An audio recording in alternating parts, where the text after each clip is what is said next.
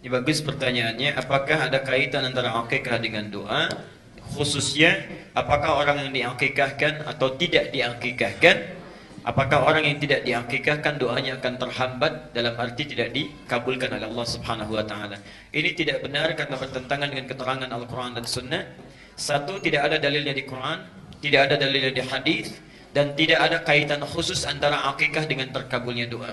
Kalimatnya umum di sini, siapa saja, man itu siapapun yang meminta, ya, sepanjang yakin karena Allah, mau sudah diakikahkan, mau belum karena alasan-alasan yang wajar, kalau dia meminta dengan syarat-syarat ini terpenuhi, dikabulkan oleh Allah Subhanahu wa taala. Kaitan akikah bukan terkabul dengan doa.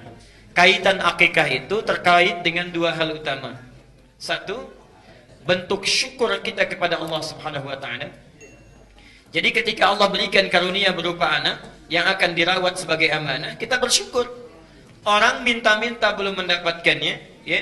Ada yang minta laki-laki dapat perempuan, minta perempuan dapat laki-laki, minta cepat tiba-tiba lambat, minta lambat tiba-tiba cepat, kan? Nah, kaitannya itu satu dengan syukur. Jadi setelah Allah berikan, orang lain belum dapat, kita dapat, syukuri itu.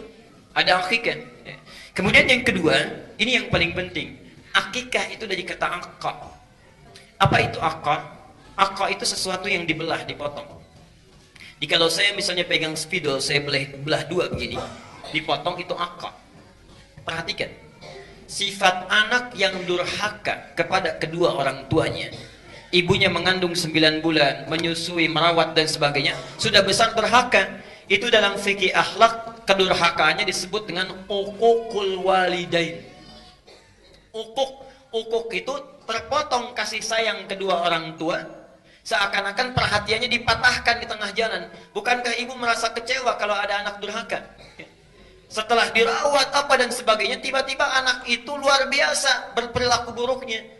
Tiba-tiba suka refleks lisan berkata, aduh saya sudah mengandung kamu, saya sudah merawat kamu dan sebagainya. Seakan-akan jerit payah itu terpotong. Karena itu dalam fikih disebut uququl walidain.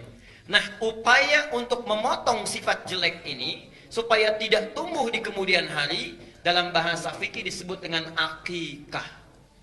Jadi akikah itu kaitannya dengan dua hal. Satu, syukur. Yang kedua, permohonan doa kepada Allah. Dengan ikhtiar ini memohon supaya sifat-sifat hewaninya itu dipotong lebih dini supaya tidak tumbuh dan mudah diarahkan di masa yang akan datang. Jelas ya?